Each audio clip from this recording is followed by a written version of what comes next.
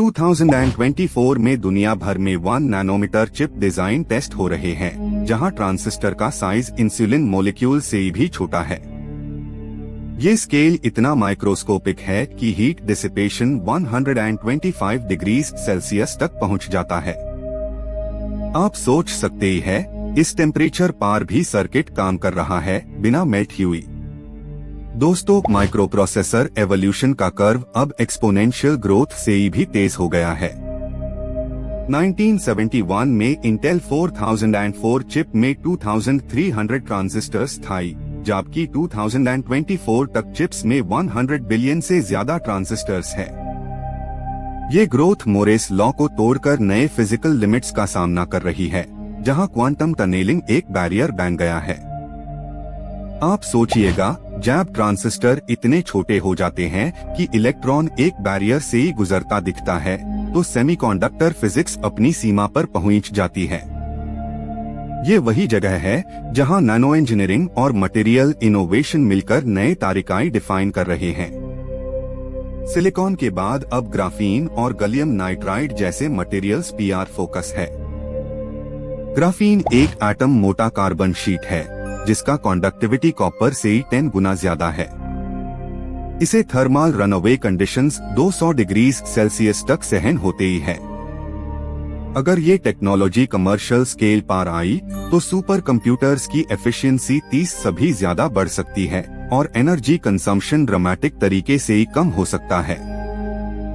Quantum computing microprocessors का अगल युग बन रहा है, जहां बिट्स के जगह क्यूबिट्स इनोवेट कर रहे हैं।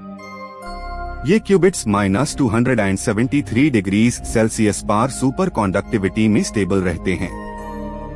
आपका स्मार्टफोन अगर कभी क्वांटम को प्रोसेसर पाता है, तो एन्क्रिप्शन, एआई और सिमुलेशन टास्क्स सेकंड्स में हो जाएंगे। एआई स्पेसिफिक माइक्रोप्रोसेसर्स जैसे टेंसर प्रोसेसिंग यूनिट्स अब डेडिकेटेड न्यूरल कंप्यूटेशन के लिए बन रहे हैं।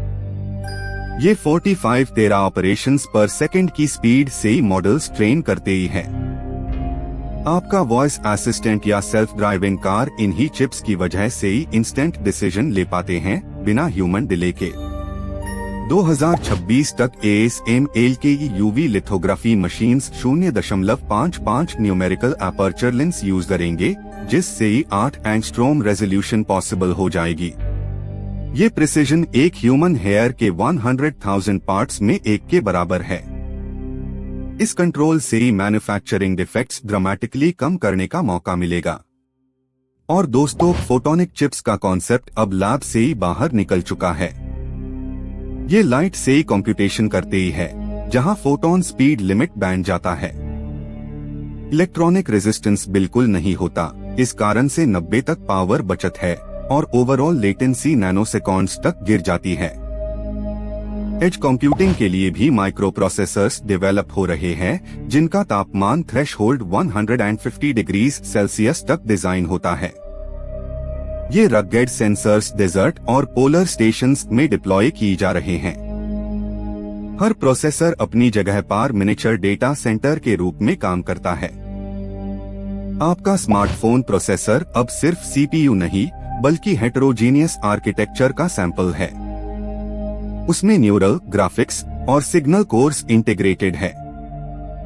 ये मॉड्यूलर डिजाइन कंप्यूटेशनल लोड को डिस्ट्रीब्यूट करता है, जिससे बैटरी लाइफ 20 सुधर जाती है और परफॉर्मेंस थर्मल थ्रॉटलिंग से ही बचा रहा है। डेटा सेंटर्स में अब न्यूरोमॉर्फिक प्रोसेसर्स टेस्ट हो रहे हैं, जो ह्यूमन ब्रेन के न्यूरॉन फायरिंग पैटर्न जैसे सिग्नल्स प्रोसेस करते ही है।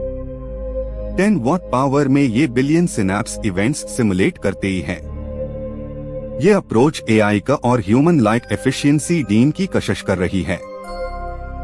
इंडिया में भी रिस्क-वी बेस्ड प्रोसेसर्स का इकोसिस्टम तज से ही बन रहा है। ये ओपन हार्डवेयर आर्किटेक्चर है, जिससे ही देश अपनी सॉवरेन कंप्यूटिंग कैपेबिलिटी तैयार कर रहा है। 2028 तक 1 बिलियन रिस्क-वी डिवाइसेस डिप्लॉय करने का टारगेट रखा गया है। चिपलेट आर्किटेक्चर नए मैन्युफैक्चरिंग मॉडल्स का फाउंडेशन बन गया है। एक लार्ज प्रोसेसर को 4 से 5 छठ चिपलेट्स में विभाजित किया जाता है, जिससे यील्ड इंक्रीज होती है और कॉस्ट 30 तक घट जाती है। ये एक तरह से ही सिलिकॉन लीगो सिस्टम बन गया है। 3D स्टैकिंग अब ट्रांजिस्टर डायमेंशंस के लिमिटेशन को बाईपास कर रहा है। ये लेयर्स को वर्टिकली स्टैक करता है, जहां इंटरकनेक्ट डिस्टेंसेस 5 माइक्रोमीटर से 1 माइक्रोमीटर तक कम हुई है। आप समझ सकते ही है, डेटा ट्रैवल डिस्टेंस कम होने से स्पीड और बैंडविड्थ दोनों बढ़ गई है। एनर्जी हार्वेस्टिंग माइक्रोप्रोसेसर्स भी अब प्रोटोटाइप स्टेज पार है। ये एम्बिएंट लाइट और रेडियो वेव्स से ही अपनी पावर जनरेट करते ही है। आप सोचिए, अगर एक सेंसर बिना बैटरी के 10 साल तक काम करे तो IoT दुनिया का एनर्जी फुटप्रिंट ड्रामेटिक तरीके से ही घट जाएगा। सिक्योरिटी के मामले में hardware embedded cryptographic modules 2048 bit encryption natively perform करते ही है। ये टैंपरिंग को डिटेक्ट करते ही है और इंस्टेंट शटडाउन मोड एक्टिवेट कर देते हैं। हर लेयर पे ऑथेंटिकेशन होने से साइबर सिक्योरिटी चेन कफ मजबूत हो चुकी है। 2050 तक एस्टिमेट है कि 100 ट्रिलियन कनेक्टेड डिवाइसेस एक ग्लोबल वेब क्रिएट करेंगे, जहां माइक्रोप्रोसेसर्स डिसीजन मेकिंग के इनविजिबल इंजन बन चुके ही होंगे। ये कॉम्प्लेक्स इकोसिस्टम एनवायरनमेंट से लेकर ह्यूमन बॉडी तक एम्बेडेड सिस्टम्स से ही भर जाएगा। मटेरियल साइंटिस्ट्स अब डायमंड सेमीकंडक्टर्स पर फोकस कर रहे हैं, जिनका थर्मल कंडक्टिविटी 2000 WN तक पहुंचता है। ये सिलिकॉन से 5 गुना बेहतर हीट फ्लो देता है और एक्सट्रीम कंप्यूटेशन पर भी चिप कूल बना रहता है। स्पेस और डिफेंस सेक्टर्स इसे प्रायोरिटी दे रहे हैं। सॉफ्टवेयर और हार्डवेयर को डिजाइन का ट्रेंड बढ़ रहा है। हर नए एल्गोरिदम के साथ डेडिकेटेड सिलिकॉन एक्सेलरेटर डिजाइन किया जा रहा है। ये सिनर्जी कंप्यूटेशनल बायोलॉजीज, क्लाइमेट मॉडल्स और ऑटोनॉमस रोबोटिक्स में अनप्रेसिडेंटेड प्रिसीजन प्रोड्यूस कर रही है। आप देखिए दोस्तों, माइक्रोप्रोसेसर का भविष्य अब सिर्फ स्पीड नहीं बल्कि इंटेलिजेंस और अडेप्टेबिलिटी में लिखा जा रहा है। हर ट्रांजिस्टर अब एक लर्निंग नोड बनने जा रहा है।